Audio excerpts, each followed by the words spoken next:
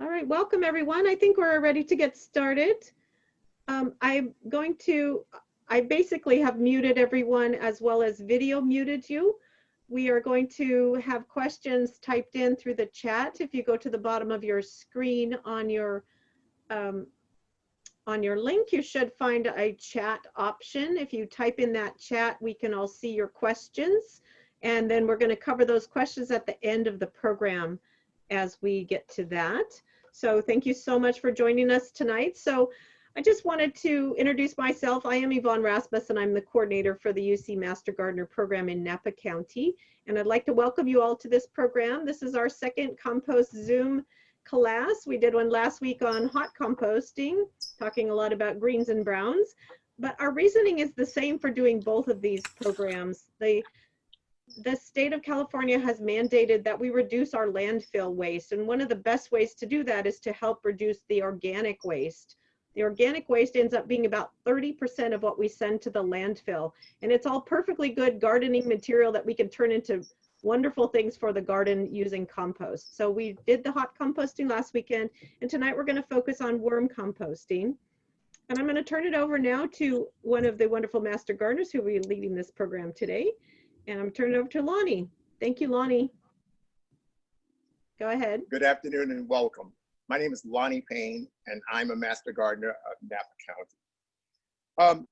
The mission of the Master Gardeners is to extend research-based knowledge and information on home horticulture, pest management, and sustainable landscape practices to the residents of California, and be guided by our core values and strategic initiatives. We are not paid. We are volunteer educators.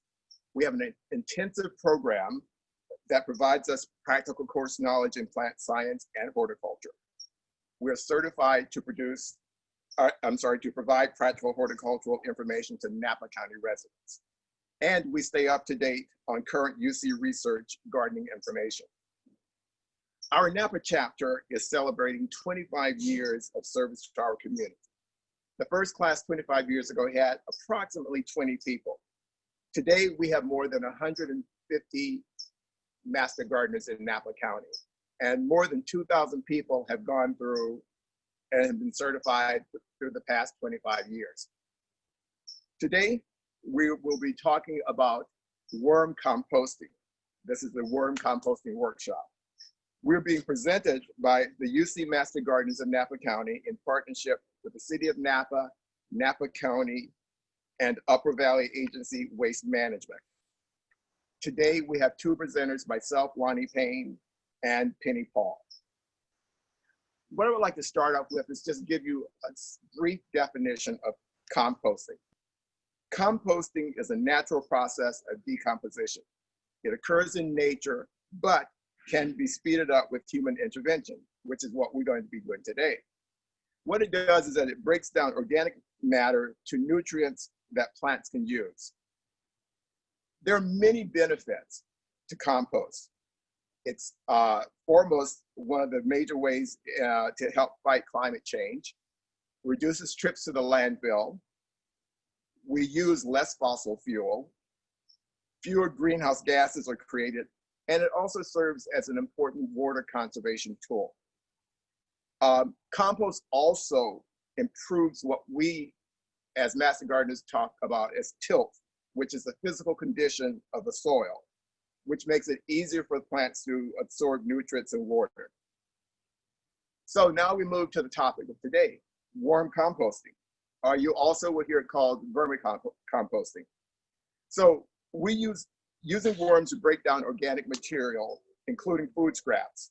The resulting material is a mixture of worm castings. Okay, let's not be fancy. It's worm poop and decomposed food scraps. Worm castings contain beneficial microbes and nutrients. They're excellent as a soil amendment. As a matter of fact, in some horticultural circles, worm castings are considered by many to be the best soil amendment. And at this point, I would turn over to my colleague, Penny Paul, to tell you more about worm composting.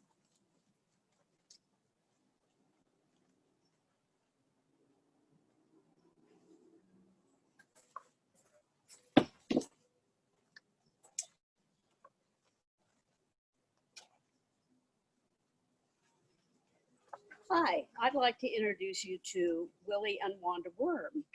And the reason that this worm has two names is because it's a hermaphrodite. Hermaphrodites are creatures that have both sex organs and they all produce eggs. However, in the worm world, they have to do two. Yes, thank you. This is called the nuptial girdle, and this is where they exchange the fluids and the eggs are sloughed off. It takes about 2 weeks for the egg to hatch, and then the worm is mature, sexually mature at 3 months and lives for about a year. Red wigglers are the worms that we use because they are the ones that eat decomposing materials. They do not have eyes. They are light sensitive on their entire skin, which is why we keep them in dark boxes. They do not have a mouth.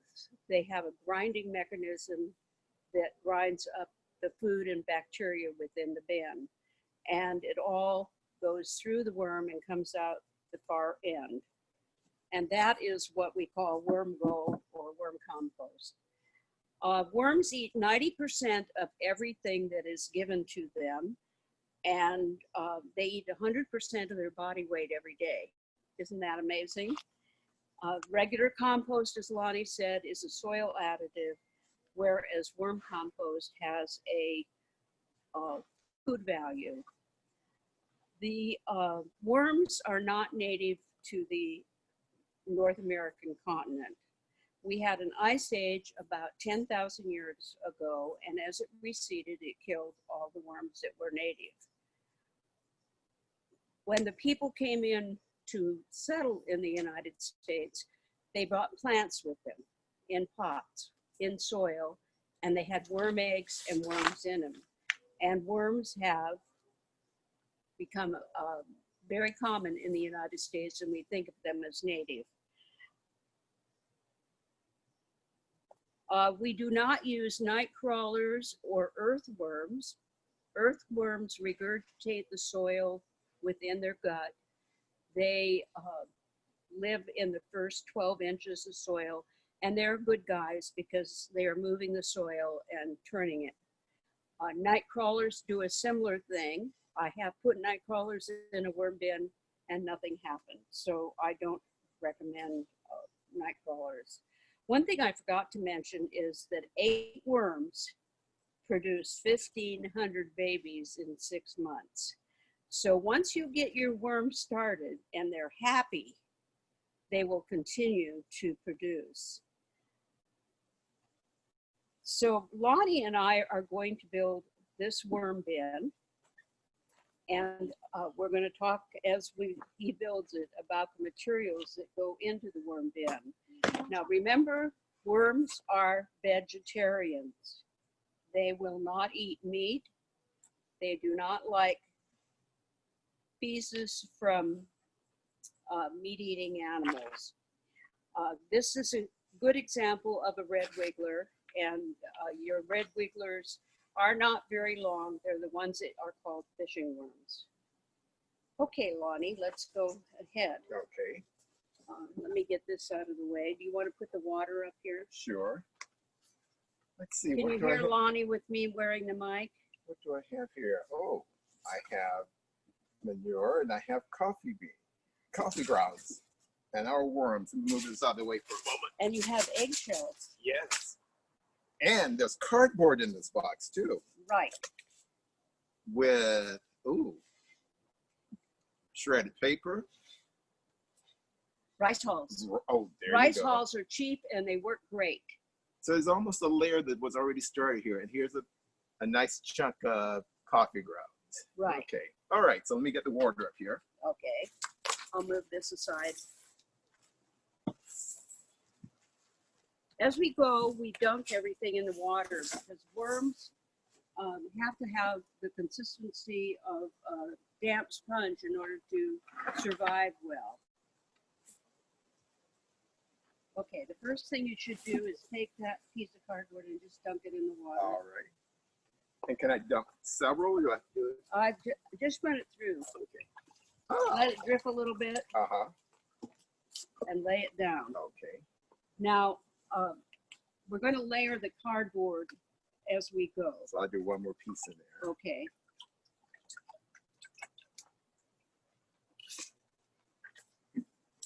Another thing we use are dried leaves. These are out of a compost pile I have in my backyard. Do we Hopefully wet wet these? them. Well, we'll just, I have gloves on, so we'll just Okay, put some in my hand and put them on that way. How's that? great. And you'll tell me how much when I need to stop? Oh, All this will go in there? yeah, I would put half of it in. Okay. We want a layer about that thick. Okay, so a layer about 3 to 4 inches thick. Gotcha. No, maybe 2 to 3. Okay.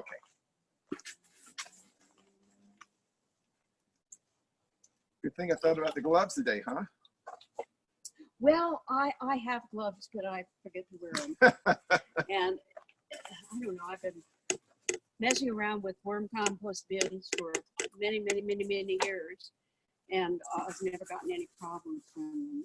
The state of California does have a mandate on the amount of waste that goes into landfills, and that's when worm composting became popular.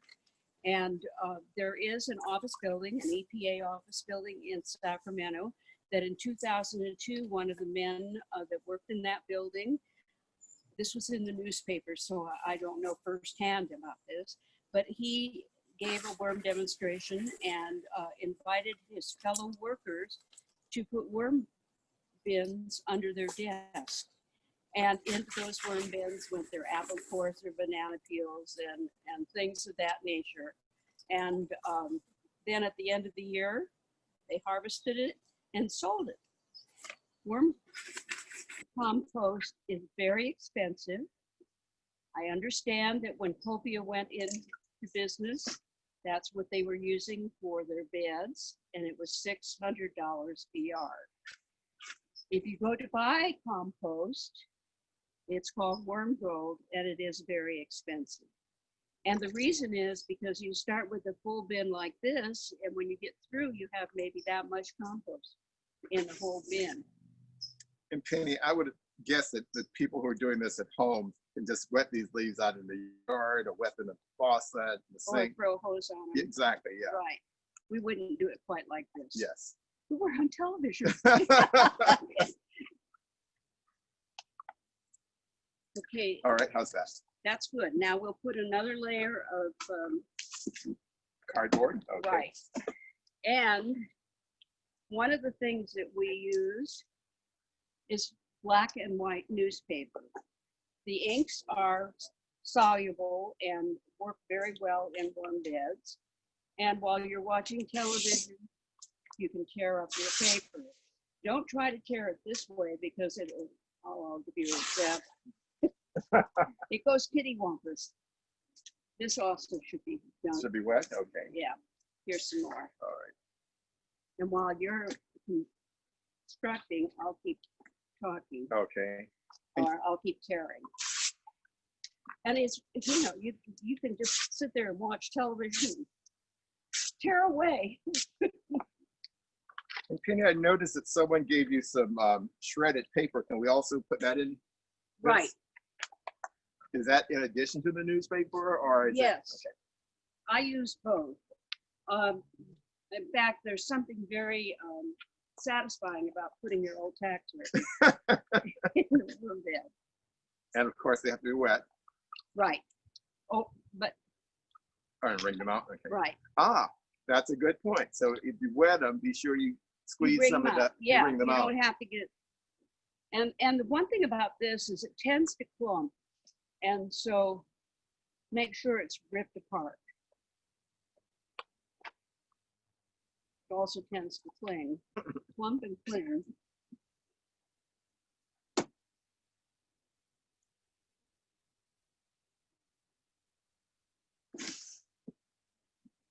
I went to a show in San Francisco where the coordinator for recycling was with her worm bin, and all she used in it was shredded paper, newsprint, and coffee grounds. So after Lonnie gets all this paper in there, we're going to put coffee grounds in there. Coffee grounds are great for regular compost and also for this type of compost. They are considered a green if you do the other kind of compost because the coffee beans are roasted when they're green. And even though it's brown, it's green. And we won't have to wet this. This seems pretty wet to me. So I'm gonna use the one that came in the kit for everyone. Well, you could put the whole thing in. Yes, I am, yeah. But Right, waste not, want right.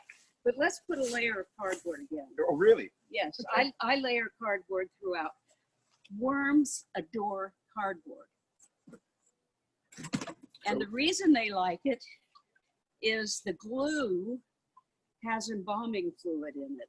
And for some reason that appeals to them greatly. So it's sort of like lasagna. We're making lasagna, huh? That's right, we're making a lasagna. Cool. And you don't have to worry, oops, let's get this apart. You don't have to worry about mixing it because the worms will do it. And when it's done, you'll never be able to tell which layer was which. I can't get that apart. Back here. So just turn it upside down. There. And so this is wet already. It's Looks like pretty it. damp. Yep. Pretty damp.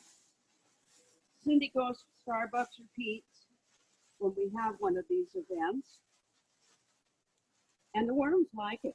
So if I were using my coffee grounds at home, would I wet them? Well, aren't they pretty wet when you, Sometimes. and coffee filters. But yeah, they would have to be wet. They like it Because if wet. you save it for a couple of days and then put it in, then Right. yeah. I keep a little pail by my sink and I pile things in. And as it fills up, I take it out to the worm bins that I have outside. I have to go big time and go outside. So right now we're about, what would you say, about 6 inches? Oh, we got more to go. Oh, Now we wow. have some hair. This is human hair, but you can also put dog hair in. And it will tell you in many pieces of information that you can put in the lint from your dryer. However, I hesitate to do that because there's too much polyester in it, which is made out of oil. And I've harvested a lot of worm compost, and I have never found a hair in it. Oh, and another thing I forgot to mention is that when you use the cardboard, it always has this tape on it, and I used to go through all the work of tearing that tape off. Well, I discovered that the worms will eat all the cardboard. In fact, they eat the cardboard first and leave the tape. So when you finally clean, all you've got left is the tape and you can throw it in the garbage. Okay, I've got another layer here.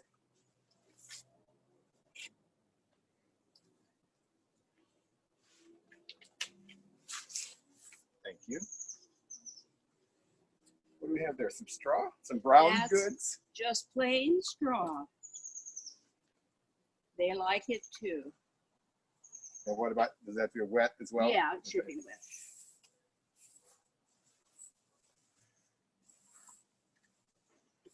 So would you recommend doing this outdoors, or would you say you can do it indoors as well? Oh, I'd never do it indoors. Well, Maybe in my garage, but Okay. not in my house. yeah. Although there are people who keep their worm compost bin under the kitchen sink. But they probably don't have, I put all kinds of things in my compost bin.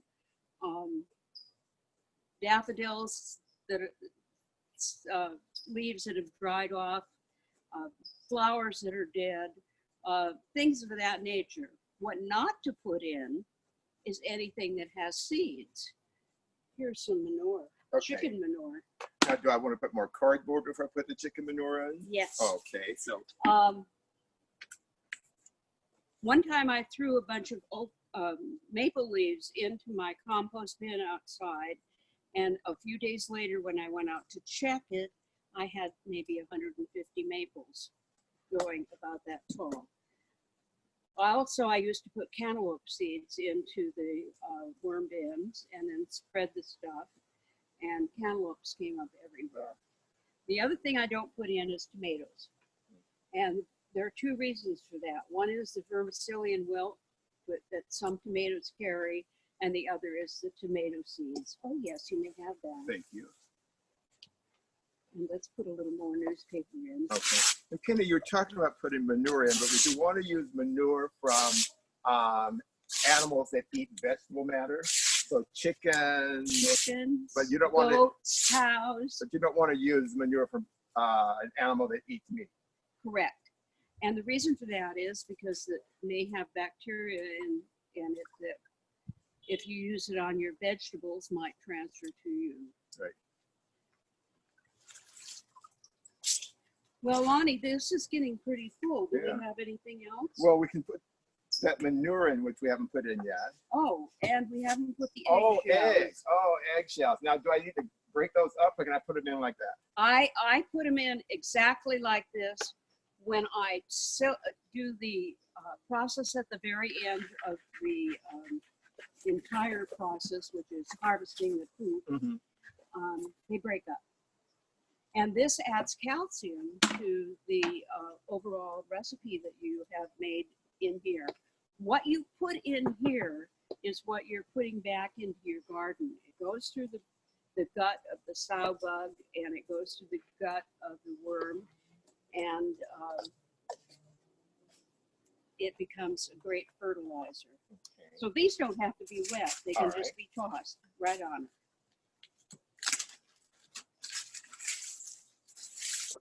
Oh, look at that. See, the temptation is to break them up. I know, but you don't have to. Another master gardener saved these for me, and because I don't eat eggs very often. But one time I put some that had been in the refrigerator too long in the bin, and I just broke them in half. And a few days later, I went out, and all these worms were peeking out at me from within the eggshell. So they do like eggs. Oh, and we have some more Some more. shredded Shredded paper.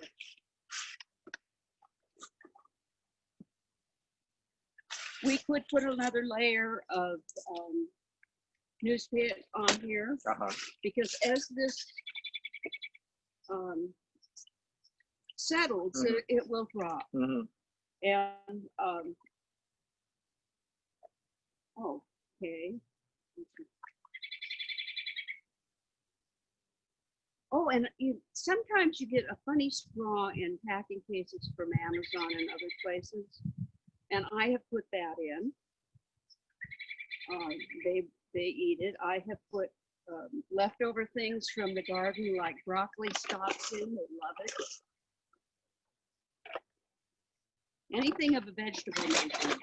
One thing I would not recommend for putting in a worm bin are grass clippings, because too many people use weed and feed and other chemicals on their grass, and you're giving, if you put that in there, you're giving it to the worms, and it may or may not kill them.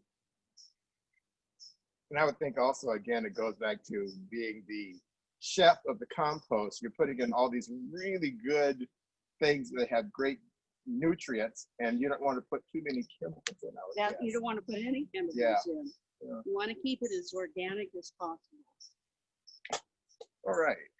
Now, another thing that you need, although we're not going to do anything with this, and as far as turning it, but when you later are digging around in your worm bed, and if you don't have gloves on and you don't want to use your hand, you should have a tool like this available to turn it, check it, and make sure it's okay.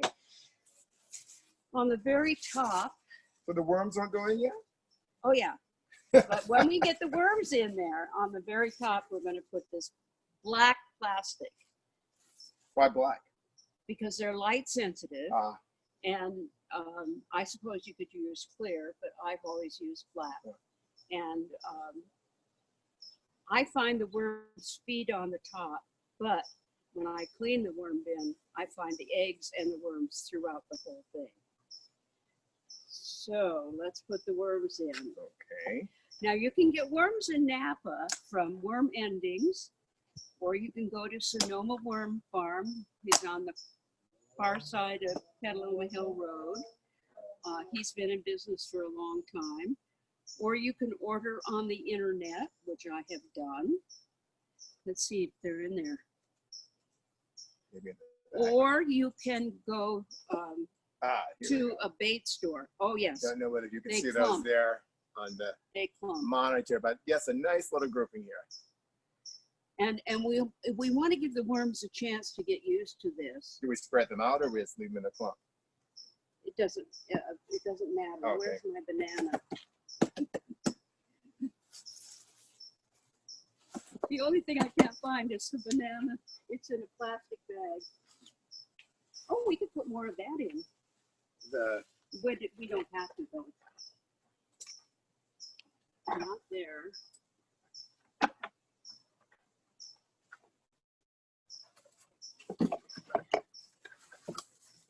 One banana. This is all I recommend you feed them for a few days. And or you can put cantaloupe or lettuce. In fact, I went in one time I was going to talk about worms at a school, and I wanted some used lettuce or old lettuce, and they told me they didn't have any because there was a worm farmer here in Napa who was taking all their old lettuce. So anything organic can go in there, and I spread it out, and then in a couple days I'll come out and I'll look at it, and if I see black droppings on it, I know that the worms have settled in.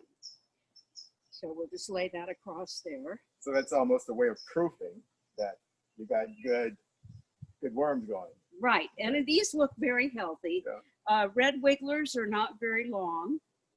They're rather short little worms, but they do the job. All right. Then put this on top of the whole thing. And remember, they have to have air circulation. That's why this bin has all these holes in it. If you want to keep it in your garage, what I used to do, this isn't big enough, but you can buy a cat pan or one of those big builder's pans and put it underneath if you're afraid it will leak. I've only had one leak in all the years that I've been doing this, and that was when I put watermelon in, and it was gone overnight. They just went crazy for watermelon. So you put the lid on top, Okay. and it's good to go. Wow. Now should we talk about troubleshooting Yes. Yeah. and harvesting? If you discover that you have fruit flies. Oh, and Lonnie, would you empty that? Yes. If you discover you have fruit flies, it means that your bin has become a breeding ground for them. And so you quit feeding for 2 weeks and put 2 weeks and put bedding on top. Now there are people who say, and this is a picture of a fruit fly. They're tiny little creatures. All my bins are outside and frogs move in and they eat the fruit flies, so I don't have a problem that way. Thank you. Sure. Would you like me to reposition any of this? No, Okay. we'll just put that on top for a while. The other things that we have that are problems, sow bugs will move into your bin, sometimes called pill bugs. They're all related to lobsters, and they have to be in wet things to breathe, and their manure is very nutritious also. Then, and in addition to sow bugs, we have other bugs that move in. The soldier fly larvae are maggots of a fly that looks like a little wasp. I hatched them one time, and all they do is immediately return to the worm bed to lay eggs. They have a very short lifespan. These are good guys. One of the universities in the South was using them as an experiment to compost dairy manure, and they were working very effectively. I went away once for 2 weeks, and my bed was not bed. It was a big bed like the one we have behind us. And the bed had dropped about a third, and it was because I had all these soldier fly larvae in it. Also, you will have little white springtails. Springtails are good guys, and they like to live in a wet atmosphere. If your bed is on the dry side, they will not be there, but they are good guys living in your bin.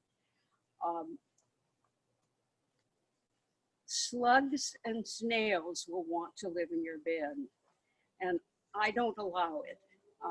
The reason, well, for one thing, I don't like them, but for another reason is that snails and slugs lay 80, they are hermaphrodites also, and they lay 80 eggs every 4 months. They're breeding machines. And if you let them live in your compost worm beds, they will lay their eggs in the worm compost, and then when you spread it, you'll have a big infestation of snails and slugs. The other thing that is really bad is called a land plantaris, and as far as I know, there's only one been found in a compost bin in Napa, and it was by a master gardener. And these are very bad guys because they will kill your worms and everything else that is in the pile. And so if you see one of those, dispatch it quickly.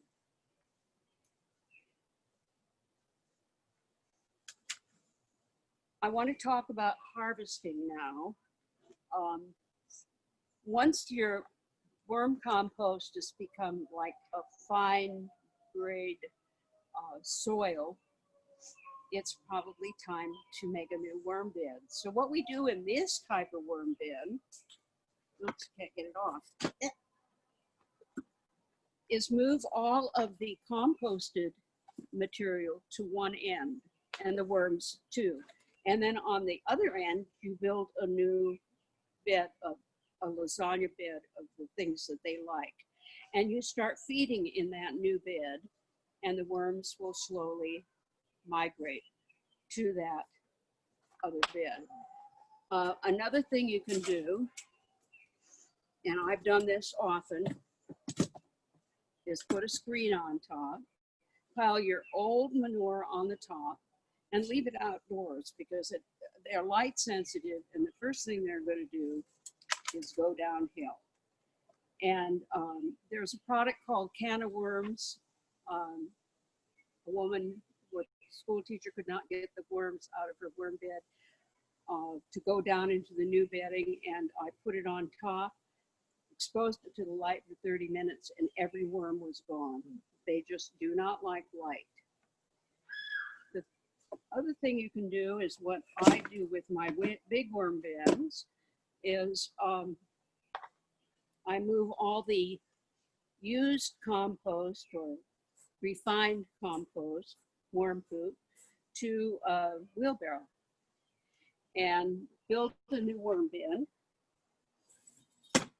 And then I use these sacks that apples and potatoes come in, and I think everything else is coming in them now too. And I put new bedding in here, and in the middle of it, I put the foods that they can't live without, like cantaloupe and watermelon and bananas, and I bury it in the wheelbarrow.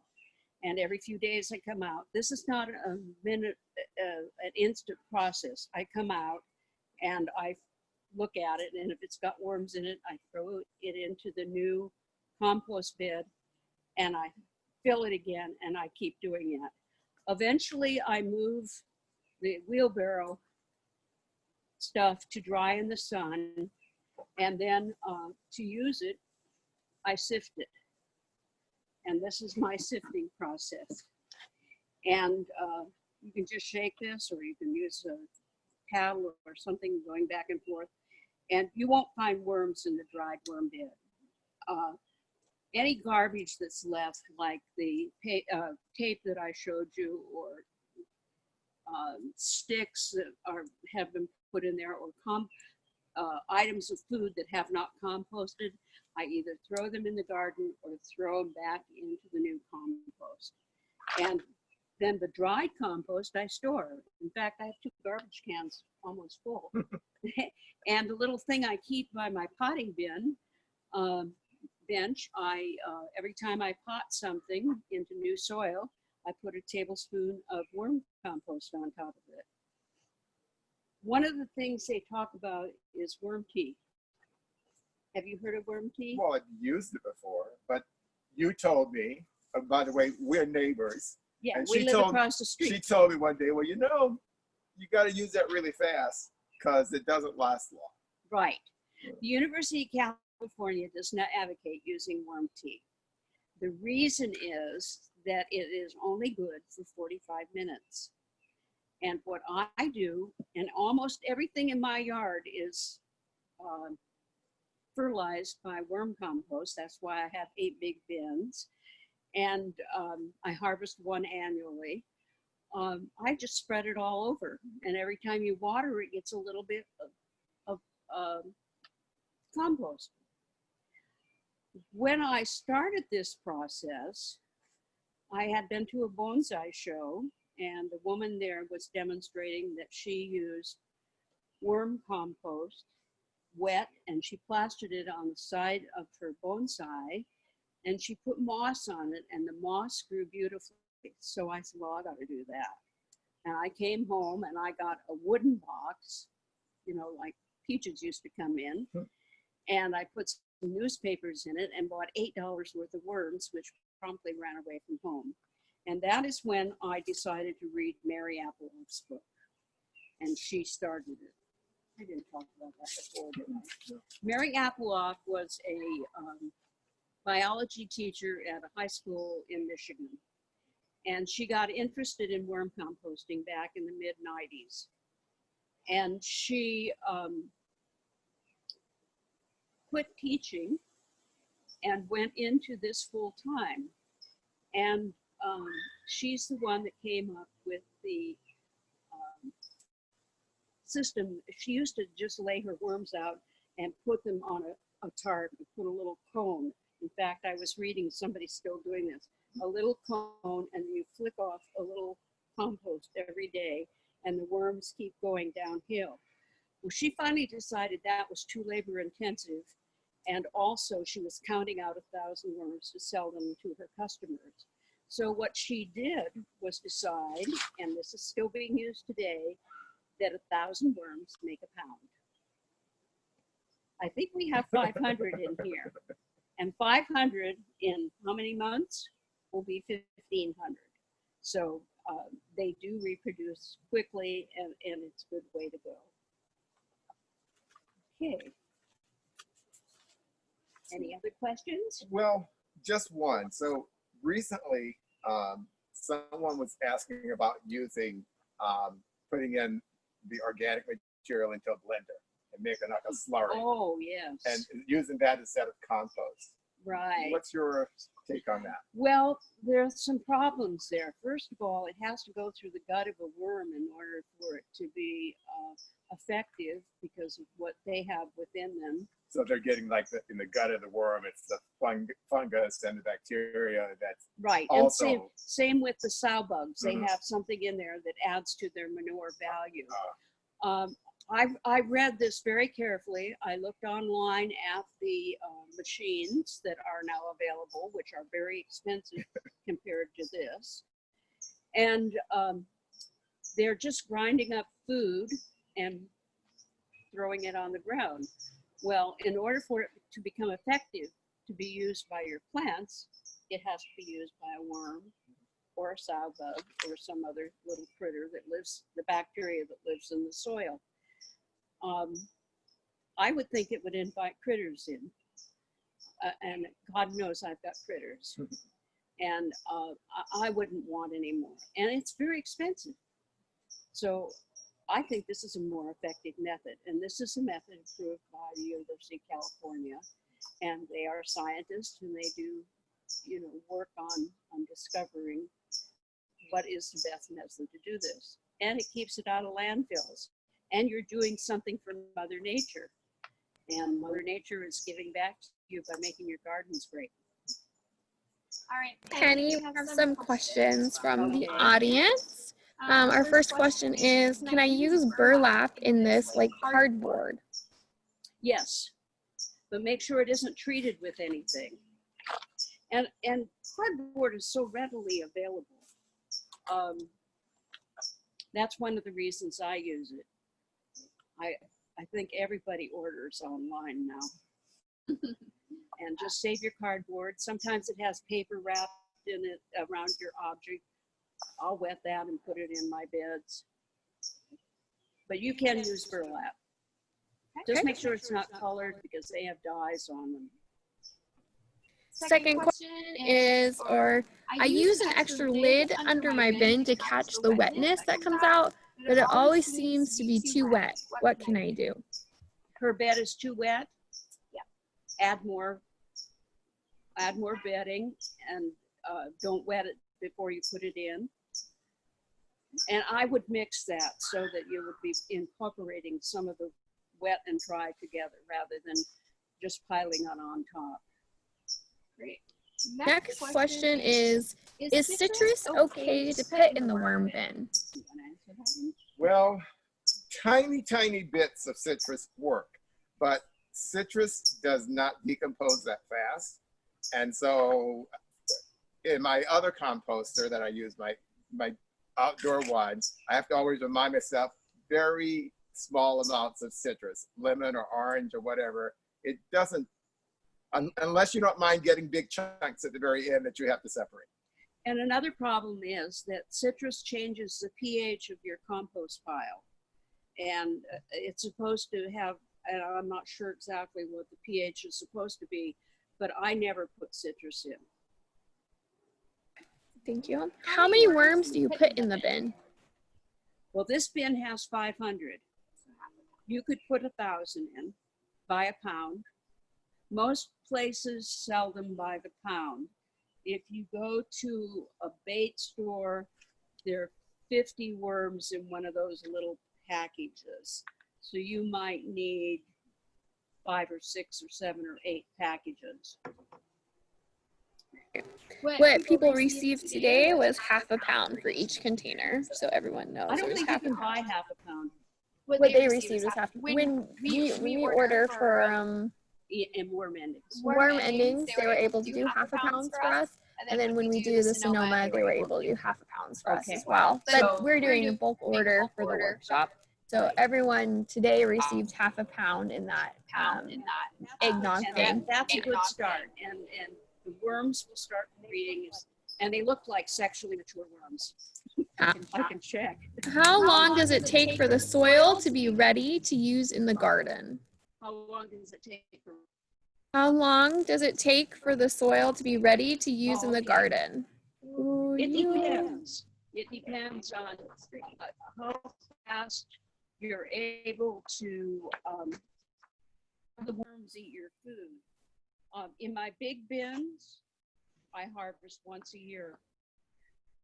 And maybe I'll have that much come out of the bottom of the big bin. In this bin, depending on how much, I use the compost bins from the garbage company, the Smith and Hawkins.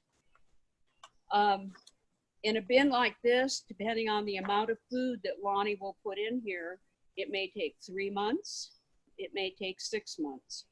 It just varies. You'll see this worm bin, you can't see it, but it's built up to here.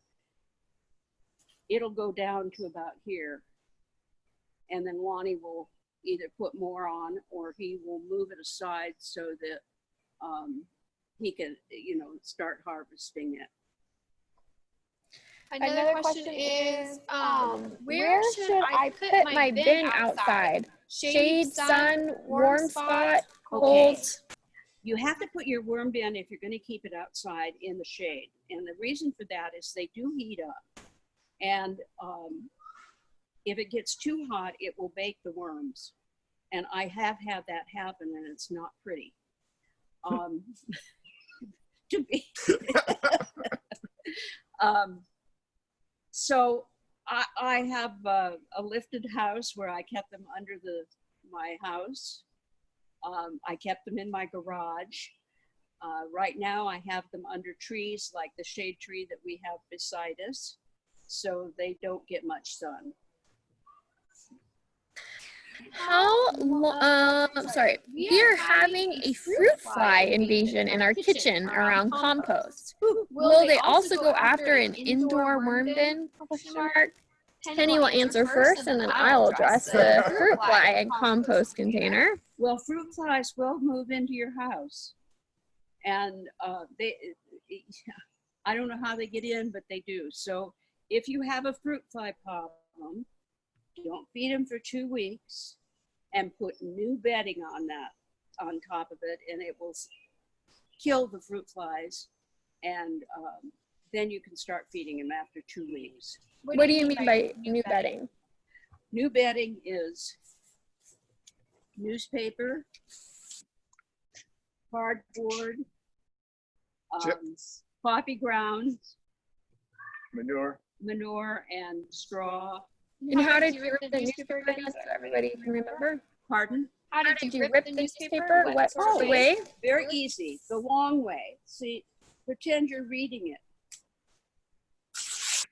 And just, I do this when there's a good TV program on and I want to just let my mind dwell on it. You don't even have to think about it.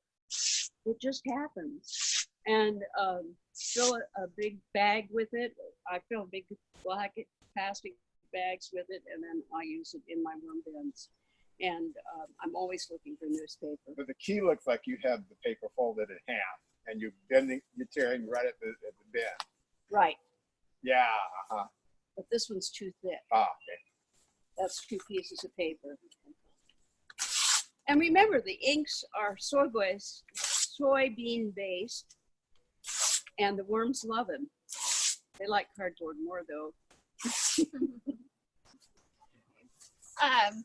They're telling me they are hearing an echo if I speak. What? So I'm just gonna step on stage really fast with you. No, you're good. Okay. In regards to the fruit fly and a compost container inside, just recognize if you have meat, especially in your compost container inside, it's gonna attract those kind of fruit flies with the rotting fruit. We recommend taking it out more regularly if you can. If you do have space in your freezer, you can put your materials for compost that are going to go in your brown cart outside in the freezer until the day before, or into your refrigerator as well. You just need to be a little bit more consistent with taking out that material than what you were doing for the trash, because the plastic liner sometimes does create that barrier, or it's just a different setup because the decomposition is happening quickly. Additionally, you can use certified compostable bags in your compost pail or your compost container, and that actually helps mitigate any sort of appearance of fruit flies or any other pests. I personally have a compost container that sits under my sink, and I empty it out maybe like once a week, sometimes quicker than that. I am a vegetarian-based diet, so all you get are food scraps that are non-meat. And I've only once experienced fruit flies. But I do take mine out regularly. So and a lot of people like to put it in the freezer or the fridge because they don't want their compost cart to get gross. And you can always add your newspaper if you get the newspaper to your compost cart. Shredded paper if you shredded your taxes and there's no film plastic, you can put that in your compost cart, and that actually helps alleviate any sort of pests that you may have. Also, I used to be on a forum, and some of the people thought that before you gave your worms anything to eat, you should put it through the blender. Well, I'm not that type of a purist. This is it. That's enough. They will eat this way, and it won't happen overnight. Oh, look, they're moving around. All right, next question. Do I need to water the bin, and does it need drainage on the bottom? It does need drainage on the bottom. It should have drainage on the bottom. Yes, it's soaked through very well. Yeah, so that tell them that that one has drainage already. Yeah, well, you can put a pan underneath it. One of those big industrial cement mix pans, or a big cat litter pan. This one isn't big enough, but there are some that are bigger. A piece of plastic underneath. There are several things you can do. But you don't water it. Okay, the ones I have outside, often I think they're too dry, and if it's raining, I will take the cover off and the black plastic off and let Mother Nature water it. Occasionally, you have to put the hose on it. Or in a case like this, you might pour a cup of water on top of this if you think it's too dry. There are several things you can do to see the consistency stays the way it's supposed to be. And it's supposed to be the consistency of a damp sponge. You don't want it the consistency of a sponge that is soaked in water for several hours. A damp sponge. This is perfect. Want to feel it? Oh, you've got gloves on, you can't tell. All right, another question I'm gonna have to address. Okay. For those of you who didn't pick up a worm compost bin, we will be available in the morning tomorrow. You need to email Kay Bruno, like Bruno Mars, at cityofnapa.org. I saw Iris. We're not in the Bank of America parking lot. We're actually in the city parking lot at the Community Service Center. What do we call it? Community CSB, whatever that stands for. And I work for the city of Napa. Who knew? So if you need to pick up your bin because you missed it or you couldn't find us or you didn't schedule it beforehand, Kay Bruno, BRUNO, at cityofnapa.org, and I'll put it in the chat as well. Just did. Okay, next question is, does it too much stuff going on? I've kept mine in the living room or the garage. The living room was better because the garage was too hot. There was no smell. When I had to get it outdoors, I had the raccoon and a possum to get into it. Yes, critters do like these. And this is one thing that I should mention is somebody, a master gardener in the first class was doing this, and he left his bin outside with the lid off, and he had rats. One of the things I do with the big bins is I put bricks or cement tiles underneath so the moles can't get in. Moles love worms because they are carnivores. And I don't know what to say. I wouldn't keep it in a living room. I'd find a better place than the living room, but Kendra, whatever there you was have to do to keep your worms happy. there was a question about What can you about put breeding riper the worms grains? to put them into your beds? Breeding them? Breeding them to put them into your beds, like your raised beds. Oh, well, the worms breed themselves. Right. So if they duplicate or triple, can they take 500 of those worms and put them in a bed somewhere? Well, yeah, but you know, you have worms crawling in all the time. Sometimes I go out and go through my what's the word I want to use? Just piles of compost, and I dig around in them and I find wild worms, and I'm adding to the gene pool all the time. So would red wigglers survive in a raised plant bed? Yes. In fact, this is not on the list, but you can do garden layering with compost and plastic and leaves and build it up, and the worms will come. They are everywhere. They're under your flower pots. They're under your stepping stones. They are all over. And you can collect wild worms, and you can add to the worms. I do have a neighbor who buys worms every year and puts them in her garden. A question from Penny. I have a large American sycamore tree that has a virus that caused the leaf to drop sooner than they should. If I use these leaves in the worm composter, will it affect the worms or pass the virus on when the finished compost is used? Wow, that's one I'm I would have to research that. You have any idea, Kendra? I know if they were to put, I know if you put the leaves into our compost container, so your brown compost cart outside, they'd be fine. They wouldn't pass the virus on. Our compost gets to at least 140 degrees or higher for at least 15 days, and it's a 60-day process. So it kills all the bad bacteria from E. coli to Listeria, Salmonella, and all the viruses. That's one reason why you can put rose trimmings into our compost containers as well, and you won't pass it on, that kind of deal. But I don't know. I wouldn't use diseased things. I really wouldn't. And I forget what I was going to say now. Can you put rice or other grains in the bin? Yes, but don't put any cheese or milk products.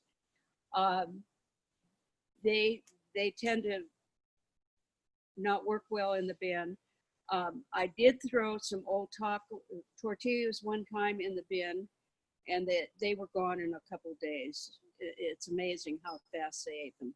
But they had nothing on the tortillas. They were just old. So this is a great question. How often should the worms be fed, and how much per feeding? What are the signs that we are feeding them too much? Well, one of the signs is that your bin becomes poisoned. The pH gets off. I was babysitting some worms once that happened too, and the worms started to die. So I cleaned the bin, took all the worms out, and started a new bin for her while she was on vacation. It's smelly too, right? And they smell, and you'll see the fruit flies, and the worms will not be active. You will not see them moving around in the bin, and we can still see the worms, although they're going downhill. That's one of the things I like about this. Last statement is manure worms or red wigglers are not the same as earthworms, right? They just live at the surface. Earthworms go deeper into the soil. Earthworms live in the first 12 inches of soil, and they regurgitate the soil. They make tunnels so that water can go through it better. And Do you have any other questions? night crawlers live in the soil also. And red wigglers are the ones that eat decomposing materials and live on the surface, under pots, under stones. We could probably walk around this garden and find a few. Do we need to break up food?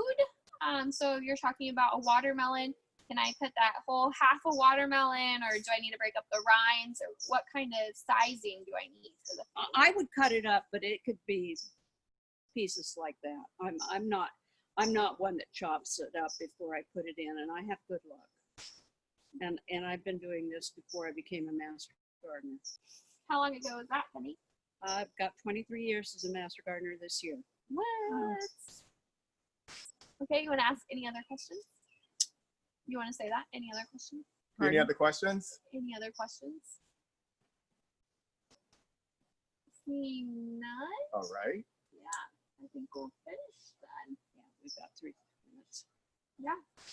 Thank So- you, and good luck with your worm bins. And if you have questions, call the Master Gardener Helpline. Even though we're not open, there are people who are manning the help desk. And also check out our website. I think in the slide package, we give the website address, which is a great place for information and to see what we're doing in the valley. Right. I'll share it again. I just shared it again if you want to let them know. Are we done? You can say Kendra screen shared it for you. The So- website. Great. Kendra just shared the website as a screen share. So you guys should have that. All right. Or if you go on the internet and just put in Master Gardeners, you see Master Gardeners in Napa County, and we'll pop up. All right. Thank Everybody's you all. saying thank you, and we're going to end this now. Thanks, everyone.